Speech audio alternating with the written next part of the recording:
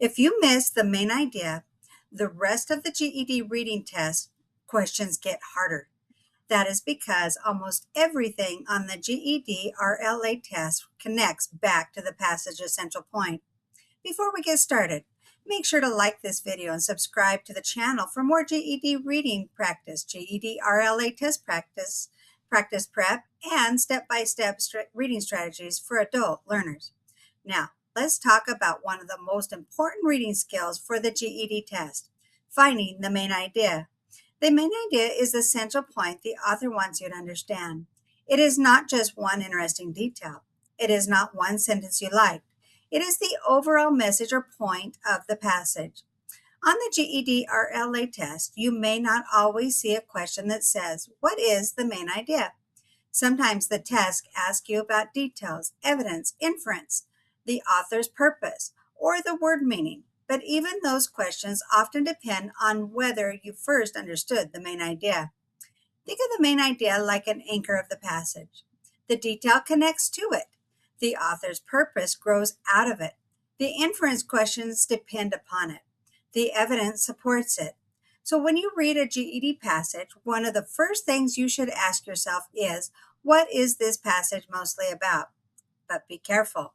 Mostly about does not mean only the topic. For example, if a passage talks about online classes, the topic is online classes. But the main idea might be online classes can help adult learners succeed when they include structure, support, and clear deadlines. See the difference? The topic is broad, just one or two words. The main idea tells what the author is saying about that topic, and it usually includes 2 to 3 ideas. Here's a simple strategy you can use. After you read a paragraph or a short passage, stop and ask yourself these 3 questions. First, who or what is this mostly about? Second, what point is the author making about it? And third, which answer choice is broad enough to cover the whole passage, but not too broad?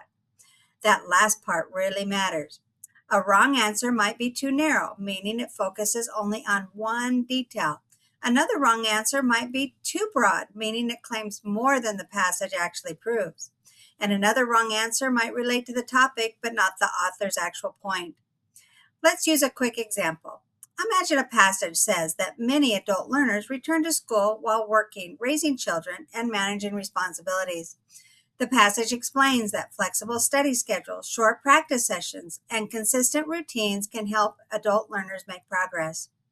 The topic is about adult learners returning to school, but the main idea is more specific. Adult learners can make progress in school by using flexible and consistent study routines. Do you see the 2 ideas? Flexible and consistent study routines.